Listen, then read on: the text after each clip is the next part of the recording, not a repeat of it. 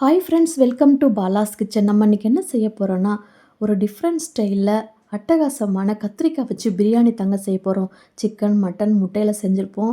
ஆனால் கத்திரிக்காய் இது வரைக்கும் ட்ரை பண்ணிருக்க மாட்டீங்க. ட்ரை பண்ணலாம், மறக்காமல் சேவ் பண்ணி வச்சுட்டு ட்ரை பண்ணி பாருங்கள். அப்படியே நம்ம சேனலை சப்ஸ்கிரைப் பண்ணி வச்சுக்கோங்க. வாங்க இப்போ எப்படி செய்கிறதுன்னு பார்க்கலாம். ஃபர்ஸ்ட் நம்ம கத்திரிக்காவை க்ளீன் பண்ணி எடுத்துக்கலாம். உள்ள பூச்சியெல்லாம் இருக்கும். க்ளீனாக கட் பண்ணி இந்த மாதிரி வாஷ் பண்ணி வச்சுக்கோங்க. இப்போ குக்கரில் தேவையான அளவுக்கு எண்ணெய் சேர்த்துக்கோங்க.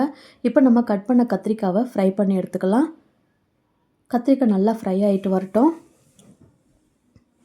பாருங்கள், நல்லா ஃப்ரை ஆகிட்டு வந்துருச்சு. இப்போ ஒரு பிளேட்டில் மாற்றி வச்சுருங்க. அதே குக்கரில் பட்டை சேர்த்துக்கோங்க, கிராம்பு, பிரியாணி இலை, அன்னாசிப்பூ, ஏலக்காய் சேர்த்துக்கோங்க. 4-5 முந்திரி சேர்த்துக்கோங்க. 1 ஸ்பூன் மிளகு சீரகம் சேர்த்துக்கோங்க. இப்போ நீளவட்டமாக நான் 2 வெங்காயம் கட் பண்ணி வச்சுருக்கேன், பெரிய வெங்காயம். அதையும் சேர்த்துக்கோங்க. சேர்த்து விட்டு நல்லா வதக்கி விடுங்க. வெங்காயம் நல்லா வதங்கி வரட்டும். வெங்காயம் நல்லா வதங்கி வந்த பிறகு நம்ம சில்லி பவுட்ரு சேர்த்துக்கலாம். காஷ்மீர் சில்லி பவுட்ரு சேர்க்குறேன். 1/4 ஸ்பூன் மஞ்சள் பொடி சேர்த்துக்கோங்க. இந்த மாதிரி சேர்க்கும்போது நம்ம நல்லா கலர் கொடுக்கும். இப்போ 4-5 பச்சை மிளகா சேர்த்துக்கோங்க. உங்கள் காரத்துக்கு தேவைக்கேற்ப மாதிரி. 2 தக்காளி, தேவைக்கேற்ப உப்பு சேர்த்து நல்லா வதக்கி விடுங்க. இப்போ இதில் 1 ஸ்பூன் நிறைய இஞ்சி பூண்டு பேஸ்ட்டு சேர்த்துக்கோங்க.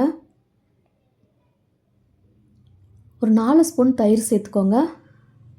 தயிர் சேர்த்து நல்லா வதக்கி விடுங்க. இப்போ நம்ம ஃப்ரை பண்ணி வச்ச கத்திரிக்காவை உள்ளே சேர்த்துக்கலாம்.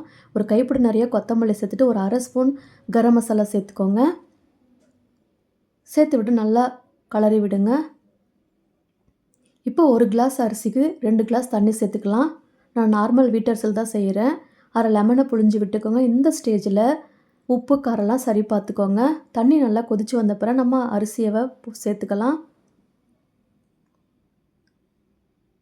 இப்போ இதை ஒரே ஒரு விசில் விட்டு எடுத்துக்கோங்க. பாருங்கள், சூப்பரான கத்திரிக்காய் பிரியாணி ரெடி ஆகிடுச்சு. இதுக்கு சைடிஷ்ஷே தேவையில்லைங்க, அப்படியே சாப்பிட்லாம். அவ்வளோ டேஸ்டியாக இருக்கும். இதே மெத்தடில் நீங்களும் உங்கள் வீட்டில் ட்ரை பண்ணி பாருங்கள். எப்படி இருந்துச்சுன்னு மறக்காமல் உங்கள் ஃபீட்பேக்கை கமெண்ட்டில் சொல்லுங்கள். நம்ம சேனலை சப்ஸ்கிரைப் பண்ணி வச்சுக்கோங்க. மறக்காமல் உங்கள் ஃப்ரெண்ட்ஸ் அண்ட் ஃபேமிலிக்கு ஷேர் அண்ட் லைக் பண்ணுங்கள். கண்டிப்பாக ட்ரை பண்ணி பாருங்கள். நெக்ஸ்ட் வீடியோவில் பார்க்கலாம். பாய். தேங்க்யூ.